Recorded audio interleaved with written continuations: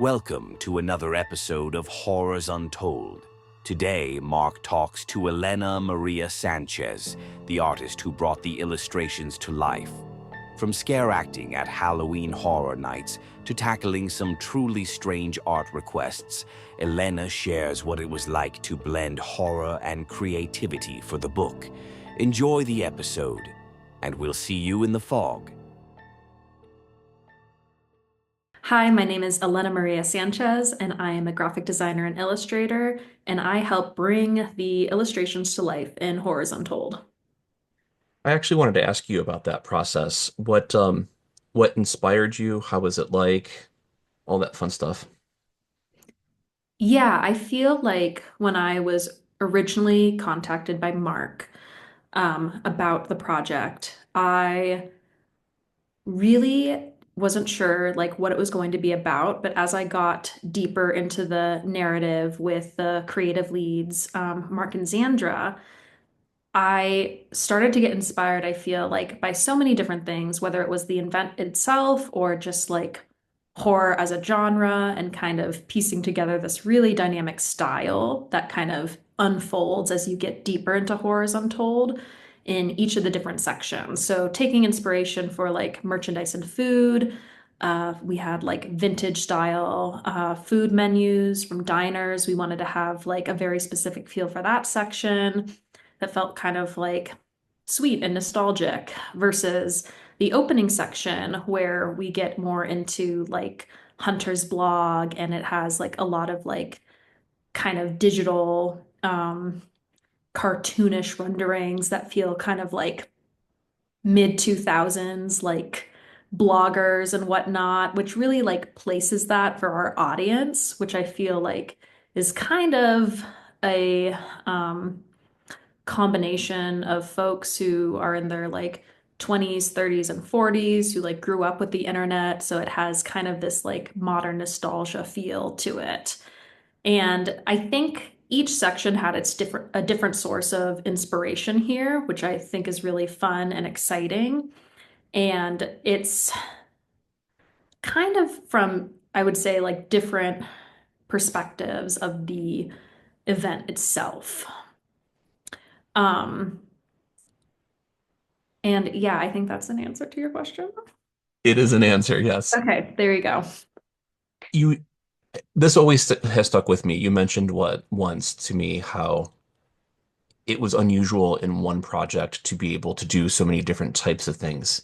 And that's not something obviously that we intentionally set out to do, but it was intentional that this book would be a whole bunch of a crazy mishmash of everything that we could possibly fit together. I just never kind of considered the art aspect of it. Is there anything that you want to talk about regarding that, the challenges or how unique it might have been or anything else? Yeah, no, definitely. I feel that in my work as a self-taught graphic designer and illustrator, it's really been a question of why not try things a certain way or like let's play, let's experiment. Like there are no rules. And so I feel like with a book like this, I've done so many different things in my work experience. It's really fun being able to kind of use all those skill sets together and also tie in my background in theater, where we're really thinking about the story that we're telling and how we are telling a story through these digital assets, these illustrations. And I really, really, really fell in love with that process of being able to like kind of expand myself in terms of doing things like maps, which I don't think I've made a proper map in like maybe like 5 years. Like I think I made one in college for like, oh, here are locations for composting around Occidental College. Here's a map. Here you go, students. And so doing something for like a map for Cary, Ohio was so much fun. It was so abstract and like playing with like these ideas of composition, but also detail, creating contrast, creating intrigue, and like doing historical research. They're all things that I really, really love to do. And then also creating like more traditional elements that I've created before, like logo designs, which I was like, ah, yeah, bread and butter. I can knock this out in like one day. Like, let's go. And I feel like it was just really, really fun to have so many different assets where we could play with like the world of the story because it really mimics like, the worlds that we live in. Like there's so much like design collateral in our day-to-day lives. So by creating design collateral for the book is as expansive as the world around us, I feel like we're just making that world feel ever more so immersive, where it's just, we have these businesses, we have this like social media layout and design for the world in which Hunter posts. We have the blog, like there's all these pieces where we're really creating a world that people can see, feel, and like relate to. I was just going to ask you what it was like to try and tackle. So we're talking a lot about the Halloween Horror Nights stuff and the real Mhm. world stuff like blog layouts and social media post layouts and stuff. And I was going to ask you about the original narrative, but then it's so funny how even though I'm so close to the book, I forgot like, oh yeah, we don't really show that much of the characters other than Hunt. Well, you actually don't even see Hunter himself directly in the book. So what was it like trying to almost infer the presence of the original narrative? Oh, well, I guess we do see the witch sigils and symbols and stuff. So would it just be like that's where all of your focus went to, or were you mindful of all the stuff that were implied but not seen? Yeah, so I feel like when I was doing, for each section of the book, I was using the narrative, the original narrative, as a lens in which to view the world. Whether we were looking at the HHN materials, like the HHN lore section, where we're looking at the icons from the history of HHN, you're looking at that through Hunter's perspective. Every part of the book comes from the original narrative, I feel, where we're getting it from the character's perspective first, but that inclusion of Halloween Horror Nights and those other elements, and the witch sigils, like it, I think by viewing it through the characters of the narrative, we're able to tie it all together in a way that makes it feel really, really congruent. That's very interesting. I never knew that. And I agree. It does feel very connected, even though it is so many different pieces and parts. What was that process like working with the writers and everyone else on the team to create all those different elements? I feel like the funnest part about working with the writers was taking these abstract ideas and making them tangible. And I feel like the world of Hunter and the original narrative of Horrors Untold is so captivating and so full of these really, really, really interesting ideas that it just sparks your imagination. And one of my favorite moments in the process was when Mark asked me to create a kind of crude, messy Krampus sketch with a Sharpie, or to make it look like it was made by someone who was holding a Sharpie or using a Sharpie, and that person was drunk. And I think the average person might hear that and say, oh my gosh, that's such a weird ask. But like when I heard Mark say that or saw that written out, I was like, oh yeah, I see that. Like I know exactly what that'll look like. Like done, we're ready to go. Um, and I think that's part of like my theater background going into that, where it's very much like improvisational, can't speak, improvisational in terms of like, let's play, let's experiment, like, let's see like what we can get out of this or like what this would look like, and not being afraid to kind of just try something and see like where that's going to go. And I feel like it was so fun because, in being a storyteller, I consider myself a visual storyteller, working with writers who are storytellers in their own. It's like we're all trying to tell a story and offering our perspectives together. So it was really fun being able to collaborate with other artists. And I consider storytellers artists because of the way that they bring words together and bring perspective in and create these beautiful worlds for us to be captivated by, and being able to walk alongside them and create and help create the visuals for the worlds that they're describing. So that was really, really fun for me and how I would describe the process. You mentioned your theater background. I think this is a good point to say. I didn't quite like when I first looked you up and I was interested in the quality of your artwork and I wanted to work with you. I didn't quite appreciate just how multifaceted of an artist you are and how you're into photography and theater and you were a scare actor before at Halloween Horror Nights. And I think we really benefited from having someone who had such a rich experiences. There's not really a question there, but please feel free to respond. Yeah, no, I appreciate that. Yeah, I guess I'll just talk a bit about my background in terms of, starting off in theater. I knew in college that I wanted to study theater, and I was doing that, but then I also was constantly told by people like, oh, you're never going to be successful as an artist, and financial security is something you should care about. So you need to figure out like what that looks like for you.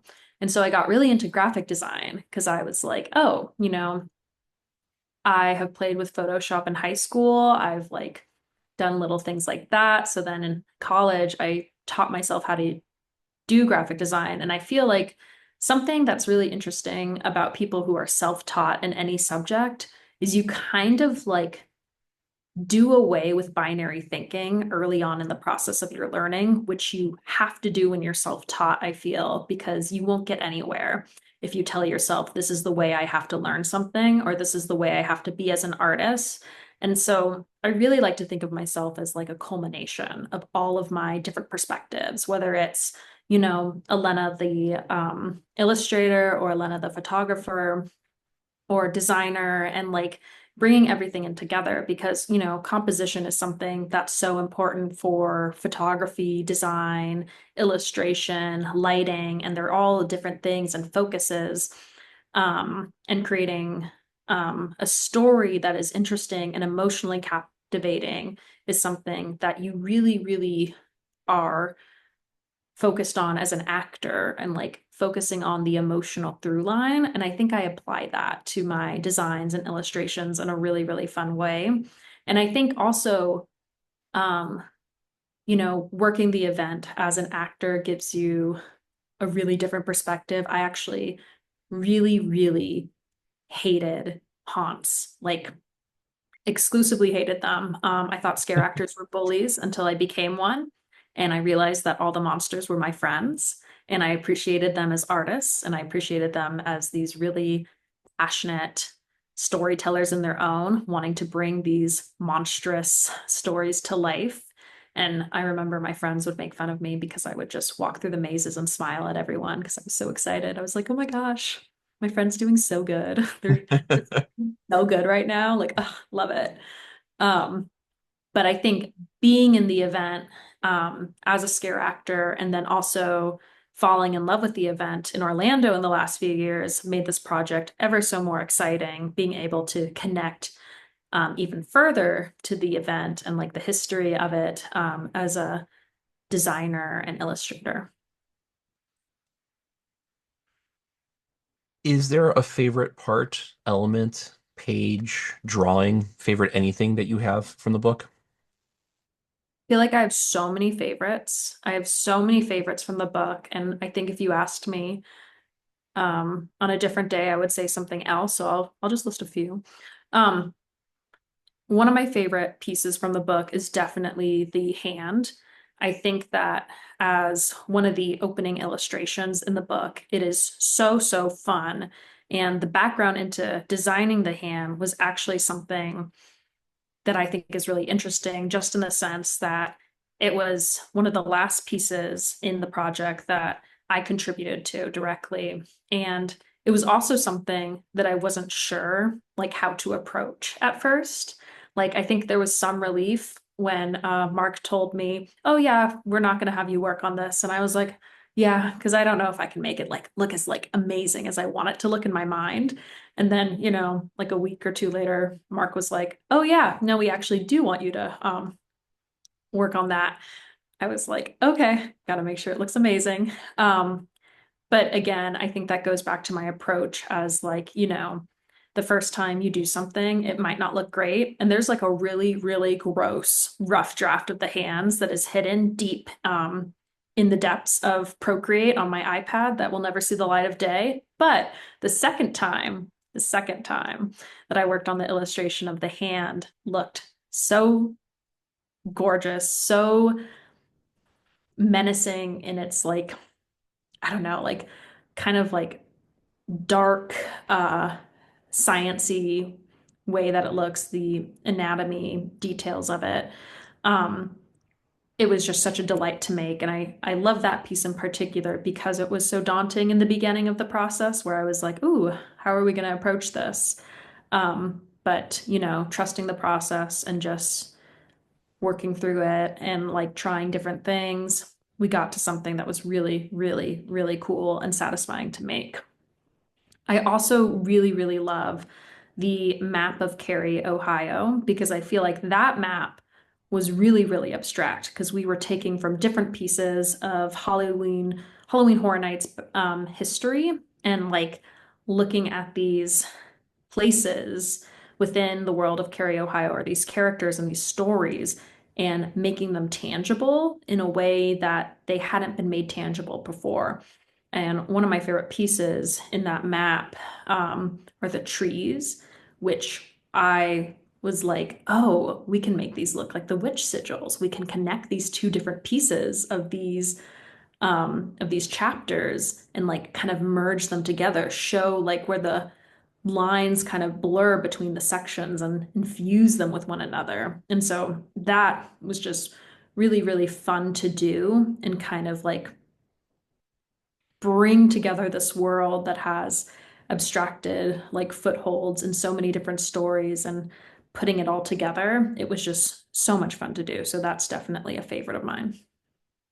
I am very embarrassed to say I never fully appreciated all the witch-esque trees that you put into that map. That's okay. You can still look at it. The witchy trees. But I will say the same kind of very deliberate thought went into even something as kind of random as your sketch for Stranger Things, where it's the syrup being poured on the waffles, and you very interestingly, I think, and very smartly made the syrup pattern kind of look like the mind flare. And Mhm. that's one of my favorite parts of what you bring to the table as an artist, even if I don't fully consciously appreciate them or notice them. I feel like you do put a great deal of thought in everything that you do. Thank you. I really appreciate that. I'm glad the project was challenging enough to keep making you do that. So that's also a fun thing. Oh yeah. Like this is actually really funny. I feel like one of the pieces in the project that gave me a lot of grief, but from like an outside perspective, might not like be obvious is the motorbike that I drew. I'd never driven. Well, I've never driven a motorcycle, but I've never drawn a motorcycle. And for some reason, like just the like kind of outline of that and like my first sketch like I did like quite a few sketches on that. I don't know why. Like I think I just don't draw or illustrate like a lot of vehicles. Like I think the cars for the drive-in movie theater for the Cary, Ohio map also gave me a lot of grief. Like for some reason I was like, wow, this is a kind of like blind spot I have in my abilities is drawing anything that like is like automotive, like interesting. So that was like a, little fun surprise fact there is Elena can't draw motorcycles, but she learned how for this book. Would you say something like that was the most challenging part of your creative process on Horrors Untold, or would it be something different? I think the most challenging part of creatives, or sorry, I was going to say creatives untold. I think the most challenging part in approaching the process for Horrors Untold actually came in the initial witch sigils, where I was still getting a feel for the narrative. And I think once we like selected that final witch sigil of like what would be would ultimately serve as like the front cover of the book and like the symbol that expresses the witchy vibes and the original narrative, I think once we got that nailed down, everything else kind of fell into place. because I think that alignment to the narrative was kind of calibrated, and then it made everything just like settle and like it cleared the path. So I feel like that initial process was the most challenging. And I remember like looking back at the witch sigils like I did in my first pass, they were so cute. They were like so like, like pretty and elegant, but what we ended up like getting into is something more visceral, more guttural, more like etchings, like something that you could really like feel. So I think once we got that figured out, we really got to see the rest of the um kind of like art style and like creative thinking and influences really nailed down. What do you hope that readers take away from reading or interacting with the book? I hope that readers, one, feel mesmerized by the original narrative, and I hope that they feel so celebrated in their love for Halloween Horror Nights, for their love for the uncanny, and for mystery and suspense. I hope that they feel celebrated in their desire to follow Hunter's story in all of its kind of like weird turns that it makes. And I hope that they just have a really, really wonderful time going through like all the little details. I absolutely love the page layouts. I love the different like type fonts that were selected for the handwriting, the different colors, the illustrations. Like there's all these little tidbits, and I hope that readers will really appreciate all the care that went into this book, from the words, the writing, the layout, the illustrations, the experience of having to cut something out, which I think is just so unique and also really cool how it interacts with the original storyline in terms of having to cut out Hunter's cut off hand. I hope that it's just so much fun and it brings readers to want more immersive experiences where they really get to just be captivated and escape into these really dazzling worlds.